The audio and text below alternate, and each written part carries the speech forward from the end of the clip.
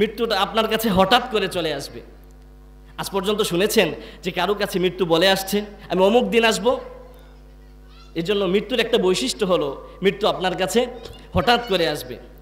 আল্লাহ তাআলা রব্বুল আলামিন পবিত্র কোরআনুল কারীমে বলছেন, ওয়ামা তাদরি নাফসুম বিআইয়ি আরদিন তামুত।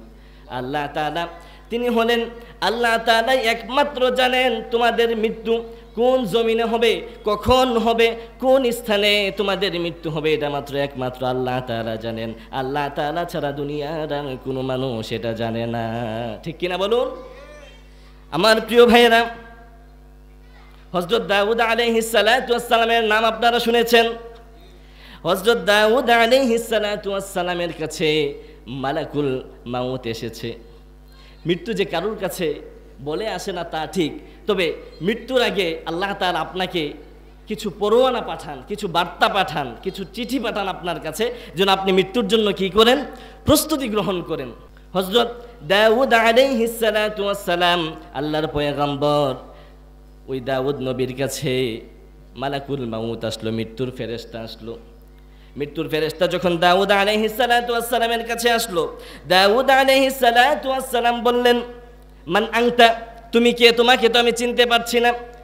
ওই মালাকুল মাউত বলল, মাল্লা ইয়াহাবুল মুলুক ওয়ালা তামনাউ মিনহুল কুসুর ওয়ালা ইয়াকবালুর রাশওয়া। আমি হলাম এমন সত্তা যে দুনিয়ার কোনো রাজা বাদশাকে ভয় করে না, দুনিয়ার কোনো রাজা বাদশা যাকে বাধা দিতে পারে না। ওয়ালা তামনাউ মিনহুল কুসুর, আমি হলাম এমন ব্যক্তি যে কোনো প্রাসাদকে, যেই ব্যক্তিকে কোনো প্রাসাদ বাধা দিতে পারে না।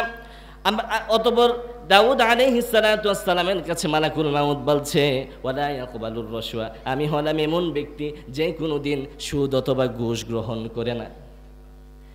আজরাইল আলাইহিস সালাতু ওয়াস সালাম, তাকে কি দুনিয়ার কোনো রাজা বাদশা বাধা দিতে পারবে? দুনিয়ার কোনো প্রাসাদ আত্মারিকে কি বাধা দিতে পারবে? আর আজরাইল আলাইহিস সালাতু ওয়াস সালাম কি সুদ অথবা ঘুষ গ্রহণ করবেন? কোশ্চিনকালেও নয়। এই কথা বলার পর নবী দাউদ আলাইহিস সালাতু ওয়াস সালাম বললেন, ফাইদান আনতা মালাকুল মাউত, তাহলে কি তুমি কি মালাকুল মাউত নাকি? তখন ওই মৃত্যুর ফেরেশতা বলল, হ্যাঁ আমি মালাকুল মাউত। দাউদ নবী বললেন, আতাইতানি ওয়ালাম আস্তাইদ্দা, তুমি আমার কাছে এমন অবস্থায় চলে এসেছো, আমি মৃত্যুর জন্য প্রস্তুতি নেই নাই, মৃত্যুর জন্য আমি তো প্রস্তুতি গ্রহণ করি নাই, তুমি আমার কাছে এমন অবস্থায় চলে এসেছো। এই কথা বলার পর সেই মালাকুল মাউত বলল, আইনা ফুলানুন করিবুক, নবী গো আপনার অমুক নিকটাত্মীয় কোথায়? আইনা ফুলানুন জারুক, আপনার অমুক প্রতিবেশী কোথায়? দাউদ নবী সে আজরাইলকে, মালাকুল মাউতকে উত্তর দিল, আমার অমুক প্রতিবেশী, আমার অমুক নিকটাত্মীয়তে ইন্তেকাল করেছে।